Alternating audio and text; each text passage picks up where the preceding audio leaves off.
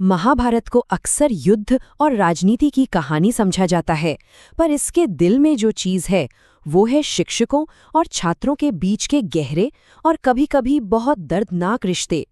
चलिए आज देखते हैं कि कैसे ज्ञान, कर्तव्य और बलिदान ने इन किरदारों की किस्मत को बनाया या बिगाड़ा। महाभारत का एक बहुत ही गहरा विचार है कि ज्ञान अपने आप में पानी की एक साफ धारा की तरह है, बिल्कुल न्यूट्रल। उसका स्वभाव इस बात पर निर्भर करता है कि उसे इस्तेमाल कौन कर रहा है, मतलब वो जहर बनेगा या अमृत। यही वो सवाल है जो हस्तिनापुर के राजकुमारों की पूरी शिक्षा की नींव रखता है। और इसी बात का सबसे बड़ा सबूत हमें हस्तिनापुर के गुरुकुल में देखने को मिलता है। हथियार एक ही है, गदा, लेकिन दुर्योधन के हाथों में आकर ये आक्रामकता का जहर उगलती है। और वही गदा जब भीम के हाथ में आती है तो संरक्षण का अमृत बन जाती है। देखिए, शिक्षा एक ही मिली, लेकिन दोनों के इरादे जमीन आसमान का फर्क था। तो अब चलिए शाही स्कूल के माहौल से थोड़ा बाहर निकलते हैं और दो ऐसे धनुर्धरों की बात करते हैं जिन्होंने इस सोच को ही चुनौती दे दी कि ज्ञान पर किसका हक है। उनकी कहानियां हमें दिखाती हैं कि महारत हासिल करने की कीमत कितनी भारी हो सकती है। और यहीं पर एक बहुत बड़ा सवाल उठता है जो एकलव्य और कर्ण दोनों की कहानियों के केंद्र में है। दोनों के पास टैलेंट की कोई कमी नहीं थी, पर किस्मत शायद उनके साथ नहीं थी। तो सवाल ये है कि क्या सिर्फ सच्ची लगन और मेहनत पहले से लिखे हुए भाग्य को पलट सकती है? एकलव्य की कहानियां तक कमाल की है, एक ऐसी लगन की मिसाल जिसकी कोई बराबरी नहीं। जब गुरु द्रोण ने उसे सिखाने से साफ मना कर दिया तो उसने हार नहीं मानी। जंगल में गया, अपने गुरु की मिट्टी की एक मूर्ति बनाई और उसी को साक्षी मानकर ऐसा अभ्यास किया कि वो जल्द ही एक बेजोड़ धनुर्धर बन गया। लेकिन तभी कहानी में एक ऐसा मोड़ आता है जिसकी किसी ने कल्पना भी नहीं की होगी। द्रोण, जो अर्जुन को दुनिया का सबसे बड़ा धनुर्धर बनाने का वादा कर चुके थे, वो एकलव्य से एक ऐसी कीमत मांगते हैं जो कोई सोच भी नहीं सकता। उनका सिर्फ एक वाक्य एकलव्य का पूरा भविष्य हमेशा के लिए बदल देता है। अब द्रोण की ये मांग सुनने में बहुत क्रूर लगती है ना? लेकिन इसके पीछे एक बहुत पुरानी और पवित्र परंपरा थी, गुरु दक्षिणा। ये सिर्फ कोई तोहफा नहीं था, बल्कि ज्ञान के उस कर्ज को चुकाने का एक तरीका था जिससे शिक्षा पूरी मानी जाती थी। और एकलव्य ने बिना एक पल सोचे ये कर्ज चुकाया। एकलव्य का बलिदान तो शारीरिक था, पर अब हम बात करते हैं एक और महान धनुर्धर की, कर्ण की। उसे एक बिल्कुल अलग तरह की कीमत चुकानी पड़ी, एक ऐसी नैतिक चेतावनी जो उसके भविष्य पर एक साए की तरह हमेशा मंडराती रही। ये एक तरह की श्राप वाली गुरु दक्षिणा थी।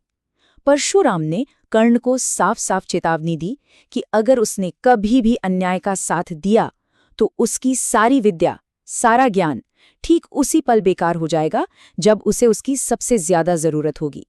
ये एक ऐसी कीमत थी जो भविष्य में वसूली जानी थी। चलिए अब वापस शाही राजकुमारों के बीच चलते हैं। उनके बीच की प्रतिद्वंदिता भी कम नहीं थी। यहाँ तक कि गुरु के अपने बेटे को भी लगने लगा था कि अर्जुन को कुछ ज्यादा ही तवज्जो दी जा रही है। इसी वजह से कौशल की एक निर्णायक परीक्षा की नौबत आ गई। और ये थी द्रोण की वो मशहूर परीक्षा। उन्होंने सभी राजकुमारों से पूछा कि उन्हें निशाने पर क्या दिख रहा है। ज्यादातर ने कहा पेड़ दिख रहा है, पत्ते दिख रहे हैं, आसमान दिख रहा है। लेकिन एक छात्र का जवाब उन सबसे बिल्कुल अलग था, और उसी जवाब ने सच्ची एकाग्रता का मतलब दुनिया को समझाया। और ये लाइन शानदार ढंग से बताती है कि अर्जुन सबसे अलग क्यों था। जब दूसरों का ध्यान हर तरफ भटक रहा था, अर्जुन की नज़र सिर्फ और सिर्फ लक्ष्य पर थी, पक्षी की आंख पर। यही वो क्वालिटी थी जिसने उसे सर्वश्रेष्ठ बनाया और अपने गुरु के वादे को पूरा किया। लेकिन एक छात्र का कर्तव्य आखिर कहाँ तक जाता है? इसकी सबसे बड़ी मिसाल हमें मिलती है भगवान कृष्ण की कहानी में। ये कहानी साबित करती है कि ज्ञान के नियम देवताओं पर भी लागू होते हैं। ये एक बहुत ही गहरा सवाल है। सोचिए, अगर ज्ञान पाने वाला खुद भगवान हो तो क्या उसे भी गुरु दक्षिणा देने की परंपरा निभानी पड़ती है? कृष्ण की कहानी इसका बिल्कुल साफ जवाब देती है। हर छात्र ने अपनी कीमत चुकाई। एकलव्य ने अपना अंगूठा खो दिया और उसका कौशल हमेशा के लिए अधूरा रह गया। कर्ण को श्राप मिला कि जरूरत के वक्त उसका ज्ञान ही उसे धोखा दे जाएगा, जिससे उसकी नियति ही दांव पर लग गई। लेकिन कृष्ण की दक्षिणा एक बचाव मिशन था, एक ऐसा काम जिसने उनके ज्ञान को पूरा किया। गुरु दक्षिणा के तौर पर कृष्ण ने एक नामुमकिन काम को मुमकिन कर दिखाया। वो अपने गुरु के खोए हुए बेटे को बचाने के लिए राक्षसों के लोक तक चले गए। ये सफर यह साबित करता है कि गुरु का कर्ज चुकाए बिना ज्ञान हमेशा अधूरा रहता है, भले ही शिष्य खुद भगवान ही क्यों ना हो। और इस यात्रा का एक और बहुत महत्वपूर्ण नतीजा निकला। कृष्ण को पांचजन्य शंख मिला। ये सिर्फ एक चीज नहीं थी, ये एक प्रतीक था जिसकी आवाज कुरुक्षेत्र के युद्ध में एक नए युग की शुरुआत का ऐलान करने वाली थी। तो अब जब सभी छात्रों का प्रशिक्षण पूरा हो चुका है, तो वक्त आ गया है कि वो दुनिया के सामने अपनी कला का प्रदर्शन करे। हस्तिनापुर में एक बहुत बड़े समारोह का आयोजन होता है, लेकिन ये सिर्फ एक प्रदर्शन नहीं, ये तो नियति का अखाड़ा है। पर्दे के पीछे खेल कुछ और ही चल रहा था। द्रोण अपनी टीचिंग का लोहा मनवाना चाहते थे, राजा धृतराष्ट्र अपने बेटे दुर्योधन को लेकर परेशान थे, और शकुनी अपनी राजनीतिक चालें चल रहा था। मतलब ये मंच सिर्फ कौशल का नहीं बल्कि महत्वाकांक्षाओं की टक्कर का भी था। और फिर वो बड़ा दिन आ ही जाता है। सोने और मोतियों से सजा एक भव्य अखाड़ा तैयार है। हस्तिनापुर की सारी जनता अपने राजकुमारों की एक झलक पाने के लिए बेताब है।